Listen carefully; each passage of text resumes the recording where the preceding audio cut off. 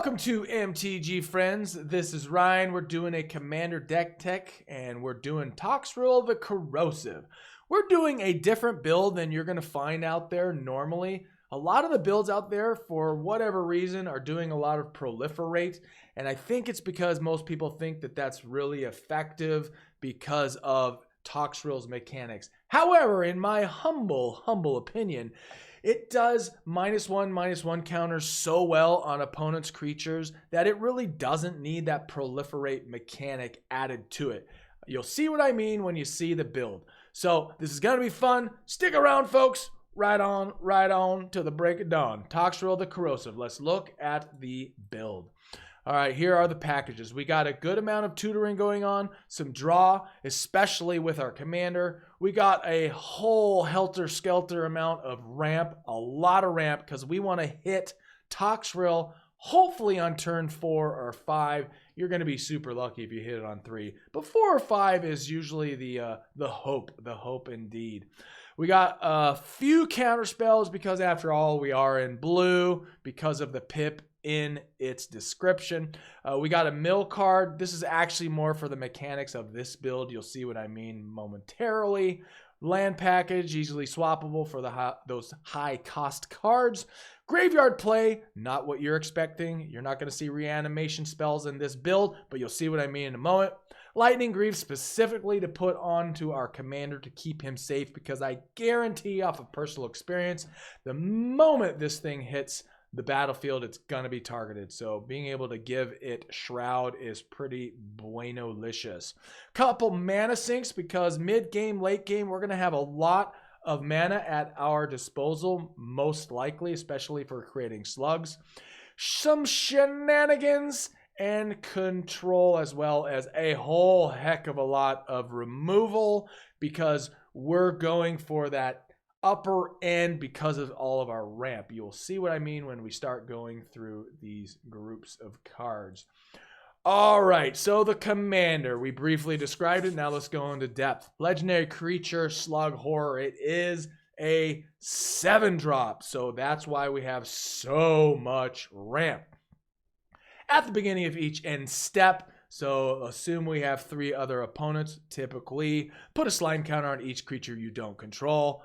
Creatures you don't control gets -1/-1 for each slime counter on them. So ridiculously powerful. Whenever a creature you don't control with a slime counter on it dies, create a 1/1 black slug creature token, which for Dimir colors, we can sacrifice a slug and draw a card. Super incredibly powerful for a slug. Yeah, slug, powerful slug. All right, so let's get into these packages. So we're really going to be ramping up, and a lot of the creatures are going to be those big drops that have an effect on the play field immediately. We're going to have some of the typical shenanigans of blue, where we can counterspell at a very clutch moment, or at least be able to do draw, those kinds of things. Let's get into Tutor first, so we can really stabilize that play field as we go into those early turns. And again, that's why we have a bunch of removal, because we're not going to be dropping a bunch of 1Z, 2Zs, 3Zs onto the battlefield to create a board state of blockers. No, we're going for control and big creatures that are going to affect the board immediately, to sound redundant on purpose. Demonic Tutor, go fetch a card, put it in our hand for 2. Mystical Tutor, go fetch an instant or sorcery, put it on top of our library. Opposition Agent, depending on the power of your play group, typically you will run this if you're in the upper echelon of power, especially for Stank Jank. This allows you to take control of somebody's tutoring and go tutor their deck and exile them so that you can play them in the future. Super ridiculously 4 horns, awesome card. Awesome card indeed. With 4 horns, I don't know, man. I don't know. Rune Scar Demon, like I said, we're going to be ramping up so quickly, hopefully, that we're going to be able to drop some of those really explosive cards like Rune Scar Demon for 7/6/6 flyer that lets us go fetch a card. Sidisi Undead Vizier with Death Touch goes and lets us sack a creature so we can go fetch a card. We're going to really start to want to build our iteration of what we want on the play field. Iteration. What is happening with my vocabulary in this episode? All right, Spellseeker. When Spellseeker enters the battlefield, you may search your library for an instant or sorcery card with converted mana cost 2 or less. Reveal it. Put it in your hand. So most likely, we're going to tutor another tutor, usually with Spellseeker, at least in this build, so we can go get what we need. Very versatile way of just making our hand what we need it to be. What? Sphinx Summoner for 5 in Dimir. When Sphinx Summoner enters the battlefield, you may search your library for an artifact creature card, reveal it, and put it into your hand. If you do, shuffle your library. It's a nice flyer for 5, and we can go grab Solemn Simulacrum, or even funnier if you decide to like put in something ridiculous like Blightsteel Colossus in here. I don't recommend doing that, but you could go fetch up things like that. So very, very cool. Swappable card, of course, because a 3/3 for 5 isn't great in and itself, but it's going to allow you to grab a few creatures. We got some ramp creatures in here and a few other things. Vampiric Tutor, another tutor. Lose 2 life, put it on top of your library.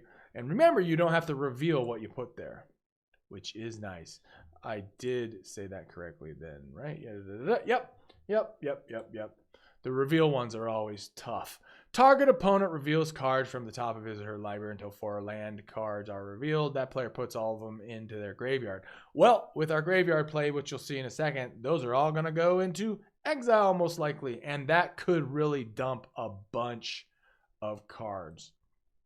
Again, swappable card if you so desire. Lightning Greaves in here specifically to put on our commander, or in a pinch, of course, if our board state doesn't have the commander out, you can put it on something else that is valuable on your play field. Crypt Creature has haste and Shroud. Shroud is the biggest thing for this. All right, Exsanguinate, couple of mana sinks. Each opponent loses X life. You gain life equal to the life lost this way. Great mana sink. And even better, this thing wins games, folks. Wins games. Late game, winner. It's a winner. Repeat the following process X times. Each opponent loses 3 life unless that player sacrifices a non-land permanent or discards a card. And this affects all of your opponents. It's so ridiculously powerful. It is a fantastic card. And one of the things we can do in this is, because we're running Altar, which you'll see in a moment, we can start sacking all those slugs that we hopefully have on the battlefield, creating more mana for ourselves to dump into Torment of Hailfire. Super jankalicious way of really wreaking havoc. All right, another kind of not alt win, but is Agent of Treachery. Because we're going for lots of ramp real quick, you get this into your hand early, you're going to be able to start snaking people's stuff. When it comes into the battlefield, gain control of target permanent. That includes lands, folks. So if you get this out early, you can really start creating some havoc. At the beginning of your end step, if you control 3 or more permanents you don't own, draw 3 cards. That part is not really what we're going after in this build. But if you combo it up with Deadeye Navigator, you can keep bringing it into the battlefield and just keep snaking stuff. So gross. As long as Deadeye Navigator is paired with another creature, each of those creatures has for 2, exile this creature, then return it. So enters the battlefield mechanics, boom, boom, boom, shakalaka. All right, we're protecting ourselves in that early game or games that go wide and there isn't enough board wipe happening. They can't attack you unless they pay 2 for each. Propaganda. All right, Barter in Blood. We're in removal, of course. Each player sacrifices 2 creatures. Amazingly, in EDH, this is super incredibly powerful, especially after a board wipe and they start dropping things back onto the play field. With Toxrill in mind, we can use Black Sun Zenith and Mana Sink however much we need, put X/1/1 counters on each creature, and hopefully keep our stuff alive and remove their board state. Speaking of which, removing their board state, Cyclonic Rift. Who doesn't love playing Cyclonic Rift, and who doesn't hate having to deal with Cyclonic Rift? For Overload 7, you can bounce all non-land permanents back to their hands. That's not your stuff. 2 thumbs up. Love this card. Damnation, because when you got to reset the board, this is one darn tootin' good way to do it. Wow, it's so hard to swear. I I'm doing okay though, right? Am I doing okay in the comments? I don't think I've slipped in this episode. Feed the Swarm, a very, very great card that I guess I had a reprint. Yeah, I guess it did. That came out as Zendikar Rising, destroy target creature or enchantment. Don't forget the or enchantment. That's one of the big reasons it's in here. The or enchantment. So versatile in black. You can destroy something that's really causing you problems if you need, or just flat out kill a creature. Prison in the Moon, nothing funnier than dropping this onto somebody's commander and then it just sits there because it can't do anything, because now it's a basic land with no other abilities. Yay, yay. Massacre Worm, talking about big, dumb, awesome creatures. This thing is great, gives it everything -2 until end of turn, and when a creature an opponent control dies, that player loses 2 life. Yes. Yes, now it'll destroy a bunch of our slugs, assuming we have slugs out, but that's okay, because hopefully we've sacked them for different things. Mutilate, -1/-1 till end of turn for each swamp you have. And kind of like Propaganda, but even more janky, whenever a creature successfully deals damage to you, destroy it for 4. That keeps people in the early game, mid game from attacking you, especially if they're going to lose that creature. They'll go for another opponent instead. Sheldred Whispering 1. Again, you'll see the theme here because we're going to ramp so hardcore. We're going to be able to drop some of these gross creatures like Sheldred. Swamp Walk at the beginning of your upkeep. Return target creature card from your graveyard to the battlefield. At the beginning of each opponent's upkeep, that player sacrifices a creature. Ugh, so gross. So gross. Sun Spoiling. Let's say we do have a giant creature out there and you need to get him down below what Toxrill is doing for you. This is the way to do it. Split second, so it can't be countered. Till end of turn, creatures become O2s with no abilities. Pretty great. Especially if it comboed up with Meat Hook. Massacre! Meat Hook. The Meat Hook. Here, let's get a normal version. There we go. -X. As of this recording, it's in standard still and is a great card. When it enters the battlefield, it gets -X. Whenever a creature you control dies, each opponent loses 1 life. Whenever a creature an opponent controls dies, you gain 1 life. Let's say you're really wide with slugs, and you just need to get it there. Whenever a creature you control dies, each opponent loses 1 life. That could get you to the finish line, depending. But otherwise, this is just a nice board clear that you control how many -X's it gets. Toxic Deluge, lose life per the -X you give all creatures for 3. Very, very nice. All right, Consecrated Sphinx, we're in draw. This one's great. Whenever an opponent draws a card, you can draw 2 cards. Phyrexian Arena, just to get that extra card each turn for 1 life. Rhystic Study. This is the same old Rhystic Study you've grown to love and hate. You gonna pay 1? Gonna pay 1? Gonna pay 1? Well, I'm gonna draw a card unless you do. All right, Sig's River Cutthroat. A very swappable card, but I like this card in this build for the draw mechanics. At the beginning of each end step, if an opponent lost 3 or more life this turn, which is gonna be typical, you may draw a card. Yes, I really would like to draw a card for you losing 3 life. Yes, indeed. Counterspell. Counterspell and Counterspell. Dragon Lord Silumgar. Whew, man. This is not a Counterspell. I don't know why it's in Counterspell. We'll put it in the other category once I read what it is. Whenever Dragon Lord Silumgar enters the battlefield, gain control of target creature or planeswalker for as long as you control Dragon Silumgar. So, should be in the control section. My bad. My bad. I'm not going to start over just because of this silly card in the wrong spot. Fierce Guardianship, costs you nothing if you have your commander out. Counter target non-creature spell for 3.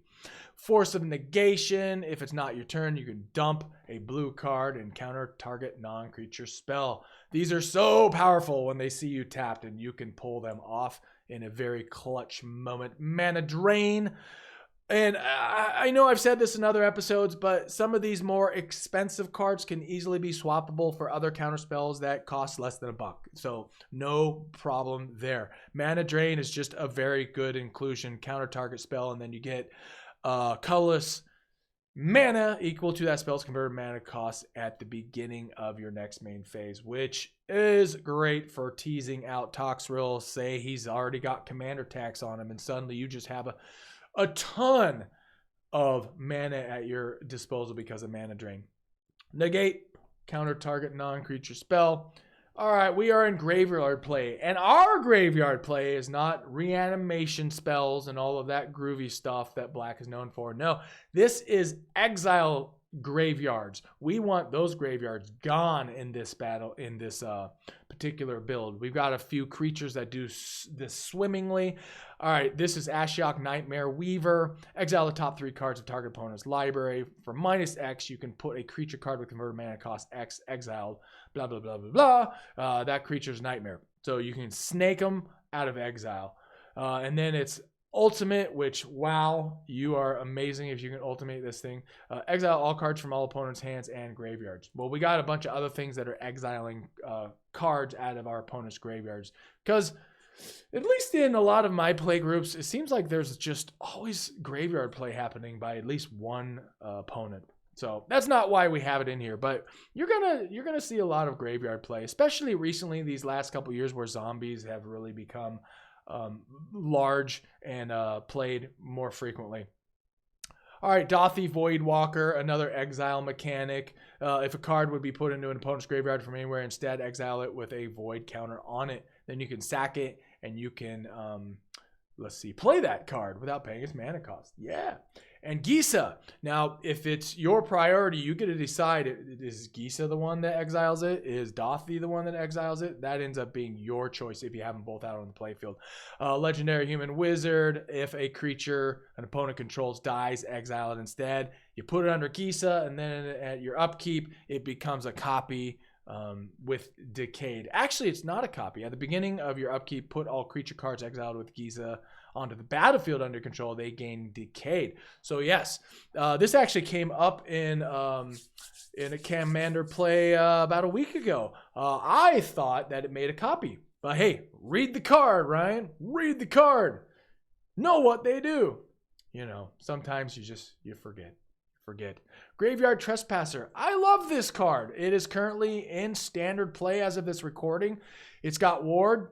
The opponent has to discard a card, but even cooler is when it enters the battlefield, you exile a card out of your opponent's graveyard, assuming they still have some, because hopefully we're really wrecking their graveyard. Kalitas, Trader of Gets. This one also, if a non-land creature an opponent controls would die, instead exile that card and put a 2/2 black zombie creature token onto the battlefield. Sacrifice a vampire zombie, put 2/2/1 with counters on Kalitas, Trader of Gets. And the best exiling graveyard card ever, Leyline of the Void. If it's in your opening hand, you get to just drop it on the playfield. Otherwise, for 4, if a card would be put into an opponent's graveyard from anywhere, exile it instead. So we got a lot of graveyard hate in this build. All right, a few shenanigan cards. Butcher of Malakar. Whenever Butcher of Malakar or another creature you control dies, each opponent sacrifices a creature. This is not a sack deck by any wave of the imagination. Is that the saying? Any wave of the imagination? No, I think I just combined 2 sayings. Because I'm a big old goofball. Cleaver Impersonator. Very just versatile mechanic it has. You may have Cleaver Impersonator into the battlefield as a copy of a non-land permanent on the battlefield.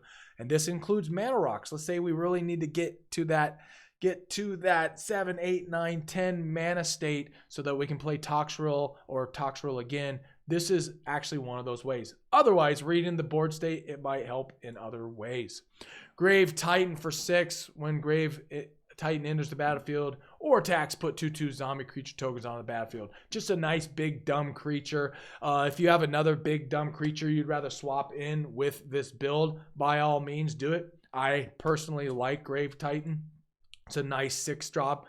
All right, this is a hilarious little combo. Dare I say combo. Let's put on something that doesn't say that. All right. Counterspell. Treat all swamps in play as 1/1 creatures. Now they can be enchanted, killed, and so forth, and they can be tapped either for mana or to attack. You can tell this is a really, really old card. Now, with Toxrill on the playfield, this is a land blow for your opponents. A land blow. I am just coming up with all sorts of creative ways to use the English language in this episode. So this will blow up all of your opponent's lands, which will probably make them rage quit. Treat all swamps as 1/1 creatures. So Toxrill resolves at any opponent's end step once you got both of them in play, and all of their lands are dead. Bye-bye lands. Oh, that's just jank at its jankiest jankersons. Do we need a pause? Do we need a pause for a moment of silence of jankiness? Yes, I think we have enough. All right, Micaeus, just another giant creature to drop and do janky stuff. Whenever a human deals damage to you, destroy it. There's always some human decks going on out there. I shouldn't say always. Never use definitives when it's not always. Other non-human creatures you control get +1 and have undying. That means they come back if they die. What? Yeah, buddy. Love it. Phyrexian Metamorph, versatile, and you can pay that 4th in terms of life instead of the blue pip. Yes, sirree, Bob. You may have it come into the battlefield as a copy of an artifact or creature. So again, you can make this into a mana rock if you so desire and need. Sire of Stagnation, one of the coolest Dimir cards out there for Commander. Devoid. This card has no color.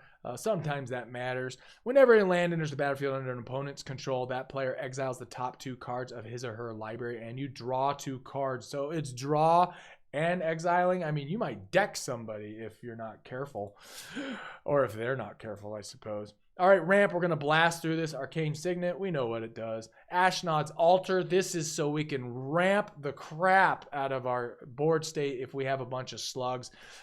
Sack them for 2 and just keep doing that, and then mana sink or do whatever we need to do on the board state. I am saying board state a lot too.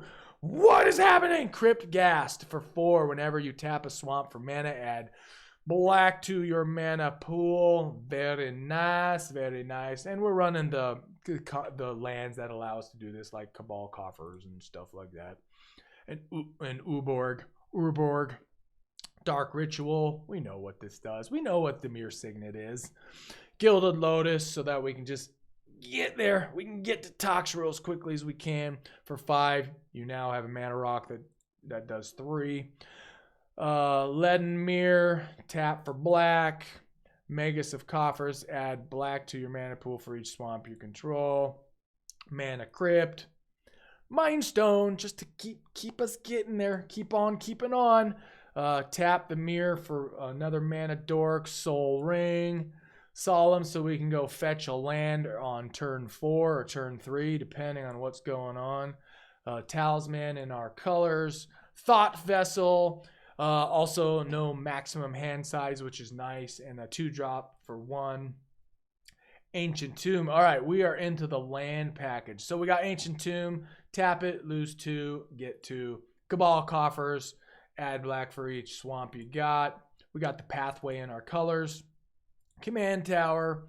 Hive of the Eye Tyrant. This is nice, especially to exile. Totally swappable card if you don't think you're ever going to need a 3/3 that also exiles stuff. It's a nice, versatile mechanic card. We've got some islands. Morphic Pool. This is if we have 2 or more opponents in our colors. Phyrexian. So if we need to start sacking creatures to add black, we can. Our fetch land in our colors. Reliquary Tower to have no max hand size. River of Tears. This one is add blue to your mana pool. If you played a land this turn, add black to your mana pool instead. This is a nice card. I actually wasn't too familiar with this one, but it's pretty cool. Seagate Restoration. This is the flip card that you can bring in untapped for 3 damage, or you can play it for its sorcery, which is draw cards equal to the number of cards in your hand +1. You have no maximum hand size for the rest of the game. That is very, very nice.